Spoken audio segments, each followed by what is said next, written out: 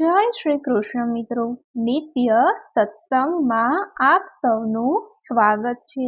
આજે આપણે સાંભળીશું દુર્ગા સપ્તશતી અધ્યાય 4 અને 5। જો આ વિડીયો તમને પસંદ પડે તો લાઈક અને શેર કરી ચેનલને સબસ્ક્રાઇબ જરૂરથી કરજો। આગળના અધ્યાયમાં આપણે સાંભળ્યું કે દેવી દુર્ગાએ દૈત્ય મહિષાસુરનો વધ કર્યો। તો હવે આપણે સાંભળીએ દુર્ગા સપ્તશતી અધ્યાય 4 ઇન્દ્ર વગેરે દેવતાઓએ કરેલી દેવી સ્તુતિ। ઋષિ બોલ્યા, દેવી ચંડિકાએ યુદ્ધ કરી મહાપરાક્રમી મહાબળવાન એવા દુષ્ટ મહિષાસુરનો વધ કર્યો। તેથી સર્વે દેવતાઓમાં આનંદ વ્યાપ્યો અને મસ્તક નમાવી દેવીને નમસ્કાર કરતા મહાદેવીની સ્તુતિ કરવા લાગ્યા। સર્વે દેવતાઓની શક્તિ સમૂહ છે એવા દેવીથી આખું જગત વ્યાપી રહ્યું છે। બધા ઋષિ મુનિઓ તથા દેવતાઓને જે પૂજવા લાયક છે તે અંબિકાને અમે ભક્તિભાવપૂર્વક નમસ્કાર કરીએ છીએ। હે દેવી, તમે અમારું કલ્યાણ કરો। જે દેવીના અસીમ પ્રભાવનું પૂર્ણ વર્ણન કરવા માટે હજારો મુખવાળા શેષનાગ, વિષ્ણુ, બ્રહ્મા અને સદાશિવ પણ અસમર્થ છે એવા ચંડિકા દેવી સમસ્ત વિશ્વનું પાલન કરવા તથા દૈત્યનો સંહાર કરવા બુદ્ધિ ઈચ્છાને ધારણ કરો। જે દેવી પુણ્યશાળી મનુષ્યોના ઘરમાં લક્ષ્મી રૂપે નિવાસ કરે છે તથા પાપીઓના ઘરમાં અલક્ષ્મી રૂપે નિવાસ કરે છે એ દેવીને અમે નમસ્કાર કરીએ છીએ। વળી જે જ્ઞાની આત્માઓના હૃદયમાં શ્રદ્ધા રૂપે તેમજ શ્રેષ્ઠ કુળમાં જન્મ પામેલાઓમાં લજ્જા રૂપે નિવાસ કરે છે એવા દેવીને અમે પ્રણામ કરીએ છીએ। હે દેવી, તમે આ સમસ્ત જગતનું પાલન કરો। હે દેવી, આપના આ અચિંત્ય રૂપનું તથા અસુરોને નાશ કરનાર આપના અતુલ બળનું અને પરાક્રમનું તેમજ દેવદાનવોના યુદ્ધ સમયે પ્રગટ થયેલા આપના અદ્ભુત ચરિત્રનું વર્ણન અમે કેમ કરીએ? હે દેવી, આપ ચિત્ત ઉત્પત્તિના કારણરૂપ છો તેમજ સત્વ, રજ અને તમો એ ત્રણેય ગુણ સ્વરૂપવાળા હોવાથી ભગવાન વિષ્ણુ તથા શંકર વગેરે દેવતાઓમાં પણ આપના સ્વરૂપોના પાર પામી શક્યા નથી। હે દેવી, આપ અંતરથી રહિત, આશ્રયપણે અને સમસ્ત જગત આપનો અંશ છે। આપ આવ્યાકૃત સ્વરૂપી આદિ પરમ પ્રકૃતિ છો। હે દેવી, સર્વે યજ્ઞોમાં દેવો સ્વાહાને ઉચ્ચારીને તૃપ્તિ પામે છે તે સ્વાહા આપ જ છો। વળી પિતૃશ્રાદ્ધમાં તૃપ્તિના કારણરૂપ પણ આપ જ છો। હે દેવી, આપ મુક્તિના કારણરૂપ છો તેમજ અચિંત્ય મહાવ્રત રૂપ છો। જેમણે ઇન્દ્રિયોને વશ કરી છે અથવા તો જેમના કામ, ક્રોધ આદિ દોષો નાશ પામ્યા છે એવા મોક્ષની અભિલાષાવાળા ઋષિઓને વિદ્યાનો અભ્યાસ કરે છે તે ભગવતી વિદ્યા પણ આપ જ છો। હે દેવી, નિર્મળ ઋગ્વેદ યજુર્વેદના શબ્દરૂપી સંહિતાનો ભંડારને સારી રીતે પદગુથીને રચેલા સામવેદના પાઠરૂપ વેદત્રયો ભગવતી રૂપ આપ જ છો। વળી આ જગતની પ્રવૃત્તિ ચાલુ રાખવા માટે સમગ્ર સંસારની ત્રણેય પ્રવૃત્તિઓ આપ જ છો। હે દેવી, જેનાથી સર્વે શાસ્ત્રોનો પાર પામી શકાય તે મેઘા બુદ્ધિ આપ જ છો। દુર્ગમ સેવાઓ ભવસાગર પાર ઉતારનાર નૌકારો આપ જ છો। મધુ કૈટભના શત્રુ આપ છો। વિષ્ણુ ભગવાનના હૃદયમાં નિવાસ કરનાર લક્ષ્મીજી તથા જેના મસ્તક ચંદ્ર શોભે છે તેવા ભગવાન સદાશિવના ગૌરી સ્વરૂપ પણ આપ જ છો। હે દેવી, મંદ હાસ્ય દ્વારા શોભાયમાન આપનું મુખ ચંદ્રબિંબને લજા પમાડનારું છે। ઉત્તમ સુવર્ણના તેજને પણ ચાખપ લગાડનાર અત્યંત સુંદર હોવા છતાં પણ મહિષાસુરે તે જોઈ આપના પર પ્રહાર કર્યો એ એક આશ્ચર્ય પામવા જેવું છે। હે દેવી, ક્રોધે ભરાયેલું તેમજ ભ્રુકુટીથી ભયંકર દેખાતું ઉગ્રતા ચંદ્રબિંબ જેવું રાતું આપનું મુખારવિંદ જોઈ મહિષાસુરે પ્રાણનો ત્યાગ કેમ કર્યો નહીં તે પણ એક અતિ વિચિત્ર છે। કારણ કે ક્રોધાયમાન યમરાજાના દર્શન માત્રથી કોણ જીવતું રહી શકે? હે દેવી, અમારા ઉપર આપ પ્રસન્ન થઈ અમારું કલ્યાણ કરો અને ક્રોધાયમાન થતા કુળનો નાશ કરો છો. એ હમણાં મહિષાસુર તેમજ તેની સમસ્ત દૈત્ય સેનાનો સંહાર કર્યો ત્યારે જાણ્યું. સર્વ પ્રકારે સુખ પ્રદાન કરનાર હે દેવી, જેમના ઉપર તમે પ્રસન્ન થાવ છો તે સર્વે દેશોમાં પ્રતિષ્ઠાને પામે છે અને તેમને ધન દોલતની પ્રાપ્તિ થાય છે. તેમના યશોગાન ચૌ તરફ ગવાય છે. તેમના ધર્મ, અર્થ, કામ અને મોક્ષ આ 4 પ્રકારના પુરુષાર્થ નષ્ટ થતા નથી. તેમજ સુપુત્ર સાધ્વી સ્ત્રીથી સમૃદ્ધિવાન થઈ તેઓ કૃતકૃત્ય થાય છે. હે દેવી, આપની કૃપાથી પુણ્યાત્માઓ સ્વર્ગલોકને પામે છે અને આમ આલોકને પરલોક એમ બંને વિશે ફળ આપનાર હે દેવી તમે જ છો. હે દેવી, સંકટના સમયમાં જેઓ તમારું સ્મરણ કરે છે તે જીવ માત્રની ભક્તિનું હરણ કરનાર તમે જ છો અને પછી જીવ સ્વસ્થ ચિત્તે તમારું સ્મરણ કરે છે તેને અત્યંત સદબુદ્ધિ આપો છો. દરિદ્રનો નાશ કરનાર હે દેવી, સર્વે ઉપકાર કરનાર દરિયાદ રહેનાર છો. હે દેવી, અસુરોના સહારથી સંસાર સુખી થાય, દાનવો પાપ કર્મ કરવાને બદલે યુદ્ધમાં નાશ પામી સ્વર્ગલોકને પામી, આવા 3 પ્રકારના ઉદ્દેશ્યને પાર પાડવા તમે અસુરોનો નાશ કર્યો છે. હે દેવી, આપ અસુરો ઉપર શસ્ત્ર પ્રહાર શા માટે કરો છો? માત્ર ભ્રુકિટ વિલાસથી તેમનો નાશ કેમ નથી કરતા? પરંતુ તેઓ તમારા શસ્ત્ર પ્રહારથી પવિત્ર થઈ મોક્ષને પામે એવો આપનો એમના ઉપર અનુગ્રહ જ છે. તો પછી આપના ભક્તોનું કલ્યાણ કરો જ એમાં લેશ માત્ર શંકા નથી. હે દેવી, આપના ખડગના પ્રકાશ સમોથી તથા ત્રિશૂળના ઉગ્ર તેજથી અસુરોની આંખો અંજાઈ ન ગઈ તેનું કારણ એ જ કે શીતળ કિરણોવાળા આપના મુખનું દર્શન તેઓ કરતા હતા. હે દેવી, હું આપનું ચરિત્ર દુષ્કર્મ માનવોના કુઆચરણનો નાશ કરનારું તથા આપનું રૂપ કોઈની કલ્પનામાં આવી શકે નહીં તેવું છે અને આપનું પરાક્રમ દૈત્યનો નાશ કરનારું છે. તેમ છતાં આપ આમ દૈત્યો ઉપર દયા જ વર્ષાવો છો. હે દેવી, હે વરદાયિની, આપના શૌર્યની ઉપમા 3 લોકમાં કોઈને આપી શકાય તેમ નથી. શત્રુને ભય પમાડનારું પરંતુ અત્યંત મોહક આપનું રૂપ બીજે ક્યાંય જોયું નથી. આપના હૃદયમાં તો કરુણા જ છે, માત્ર રણ સંગ્રામમાં જ નિષ્ઠુરતા હતી. હે દેવી, આપે અસુરોનો નાશ કરી ત્રિલોકનું રક્ષણ કર્યું છે અને હે દેવી, સંગ્રામમાં શત્રુઓનો નાશ કરી તેમની મોક્ષ ગતિ આપી છે. વળી અમે દેવતાઓને એ દાનવો થકી ભય હતો તેનો આપે ક્ષય કર્યો છે, માટે અમે દેવતાઓ આપને પ્રણામ કરીએ છીએ. હે જગદંબા, ત્રિશૂળને ખડગથી તથા ધનુષ ટંકારથી અને ઘંટનાદથી અમારું રક્ષણ કરો. હે ચંડિકા, આપ આપનું ત્રિશૂળ ફેરવી 4 દિશાઓમાં અમારું રક્ષણ કરો. હે દેવી, ત્રિલોકમાં મોહક તથા ભય પમાડનારા જે સ્વરૂપો ઘૂમી રહ્યા છે તેનાથી અમારું તથા ધરતીનું રક્ષણ કરો. હે અંબિકા, આપના બાહુઓમાં હંમેશને માટે જે શસ્ત્રો ખડગ, ત્રિશૂળ, ગદા, ધનુષ્ય વડે અમારું રક્ષણ કરો. આમ દેવતાઓએ દેવીની સ્તુતિ કરી નંદન વંદના પુષ્પોથી તથા સુગંધિત ચંદનથી જગત જનનીનું પૂજન કર્યું.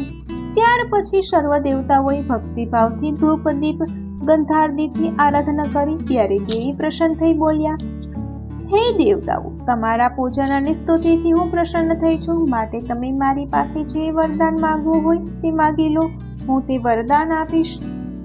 હે દેવી ભગવતી, અમારી સર્વે ઈચ્છાઓ પરિપૂર્ણ કરી છે, જેથી કરીને હવે કોઈ વરની ઈચ્છા નથી. દેવતાઓએ કહ્યું, હે મહેશ્વરી, પરંતુ જો આપની વરદાન આપવાની ઈચ્છા જ હોય તો અમે જ્યારે તમારું સ્મરણ કરીએ ત્યારે અમારા સંકટોનો નાશ કરજો.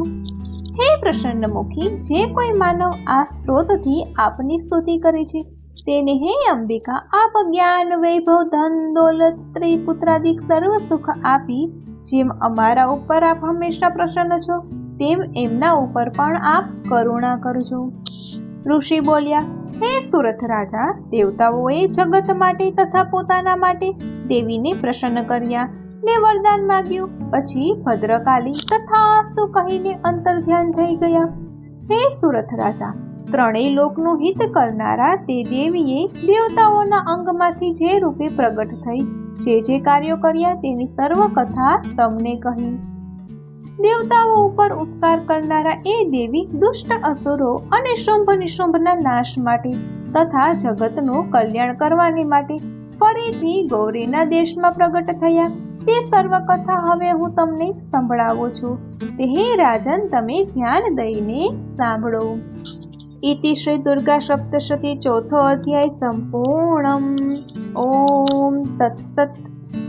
તો મિત્રો, આ હતો દુર્ગા સપ્તશતીનો અધ્યાય 4, ભગવતી દેવીની સ્તુતિ. હવે આપણે સાંભળીએ દુર્ગા સપ્તશતી અધ્યાય 5, દેવી અને દૂતોનો સંવાદ. આ ઉત્તમ ચરિત્રના ઋષિ રુદ્ર છે.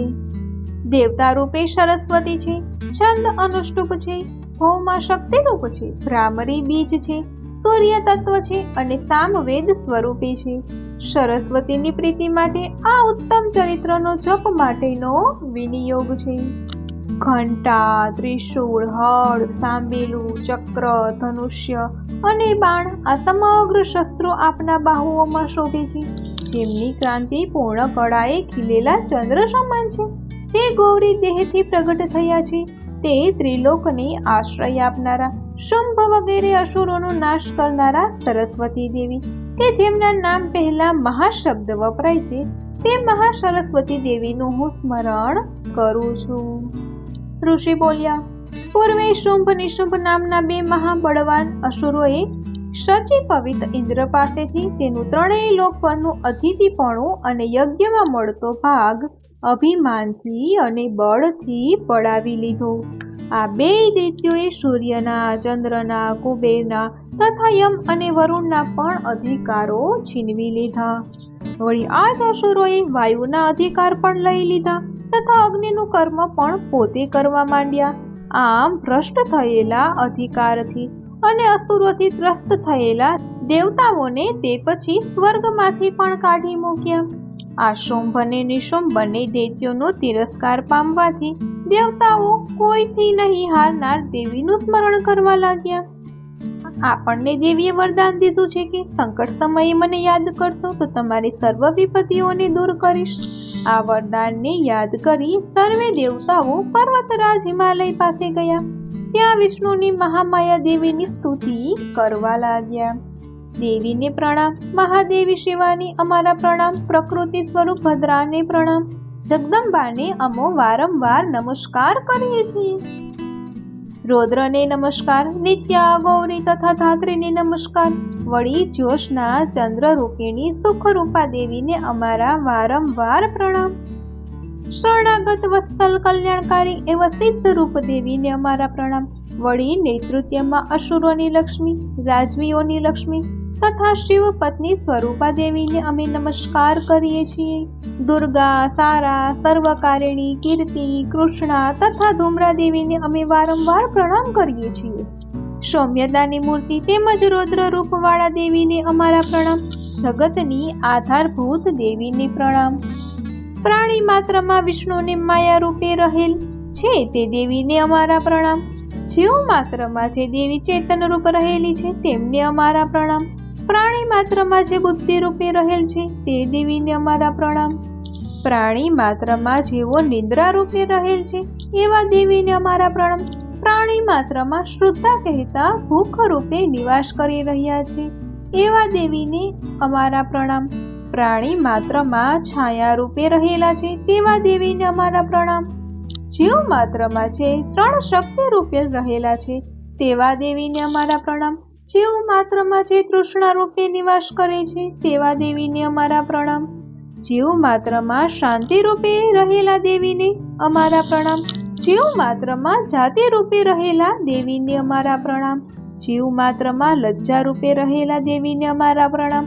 જીવ માત્રમાં શાંતિ રૂપે રહેલા દેવીને અમારા પ્રણામ. જીવ માત્રમાં ક્ષમા રૂપે રહેલા દેવીને અમારા પ્રણામ. જીવ માત્રમાં શ્રદ્ધા રૂપે રહેલા અમારા દેવીને પ્રણામ.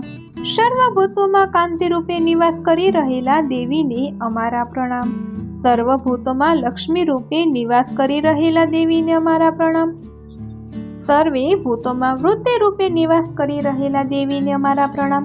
સર્વે ભૂતોમાં સ્મૃતિ રૂપે નિવાસ કરી રહેલા દેવીને અમારા પ્રણામ. સર્વે ભૂતોમાં દયા રૂપે નિવાસ કરી રહેલા દેવીને અમારા પ્રણામ. સર્વે ભૂતોમાં તુષ્ટિ રૂપે નિવાસ કરી રહેલા દેવીને અમારા પ્રણામ. સર્વે ભૂતોમાં માત્ર રૂપે નિવાસ કરી રહેલા દેવીને અમારા પ્રણામ.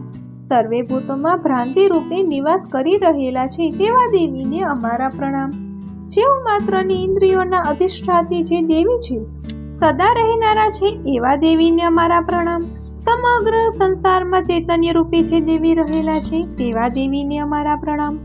પૂર્વે દેવતાઓએ જેમની સ્તુતિ કરી હતી અને અભિષ્ટ ફળ પ્રાપ્તિ માટે ઇન્દ્રે જેમની હંમેશા સેવા કરી છે એવા કલ્યાણકારી દેવી ઈશ્વરી અમારા સંકટોને દૂર કરી અમારું કલ્યાણ કરો. મદોંત મંત અસુરોથી અત્યારે ત્રાસેલા અમે દેવતાઓ દેવીને પ્રણામ કરીએ છીએ અને ભક્તિભાવથી નમ્રતાથી સ્મરણ કરીએ છીએ કે દેવી અમારા સંકટોનો નાશ કરો. ઋષિ બોલ્યા, હે રાજન, જે સ્થળે દેવતાઓ દેવીની સ્તુતિ કરતા હતા ત્યાં હિમાલયની પુત્રી પાર્વતી ગંગા સ્નાન કરવા જતા હતા તે ત્યાં આવી પહોંચ્યા.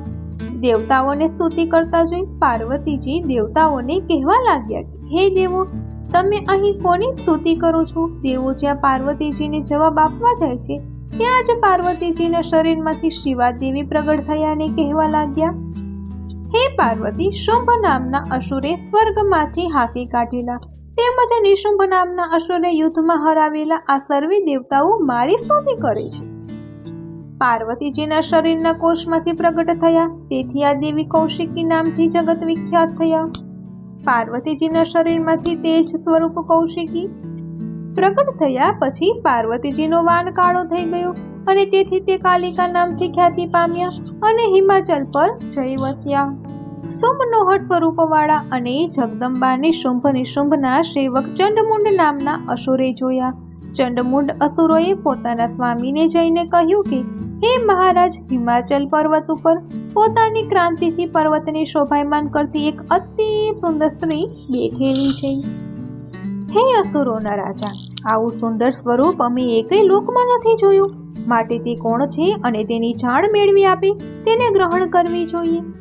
અતિ સુંદર અને ક્રાંતિવાન દશેય દિશાઓને પ્રકાશમાન કરતી સ્ત્રીઓમાં રત્ન સમાન એ હિમાચલ પર્વત ઉપર બેઠી છે, માટે હે અસુરરાજ, તમારે તેને જોવી જોઈએ.